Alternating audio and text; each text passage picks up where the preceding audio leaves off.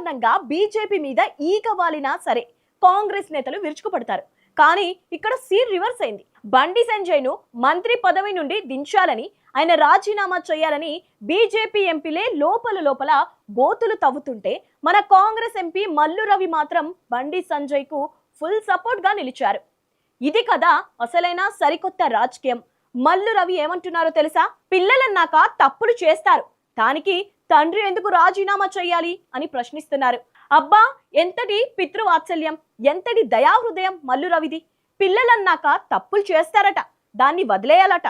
Sir, ఇక్కడ జరిగింది చిన్న పిల్లలు పెన్సిల్ దొంగతనం చేయడం కాదు సార్, ఒక మైనర్ బాలిక జీవితానికి సంబంధించిన పోక్సో కేసు. దీనిని కూడా ఇంత సింపుల్ గా పిల్లలు చేసే తప్పు అని సరిది చెప్పడం మీకే చెల్లింది. మళ్ళీ సొంత పార్టీ వాళ్ళే బండి సంజయ్ రాజీనామా కోరుతుంటే ఈయన గారు మాత్రం అది మంచి పద్ధతి కాదు అని హితబోధ చేస్తున్నారు.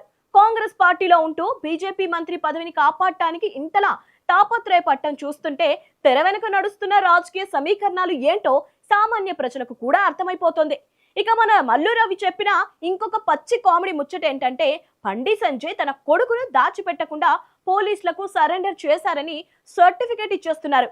కానీ ఇక్కడ కథలో వేరే ట్విస్ట్ ఉంది. పోలీసుల వర్షన్ చూస్తే మేమే వెతికి పట్టుకుని బండి భగరత్ ను అరెస్ట్ చేస్తామని చెప్తున్నారు.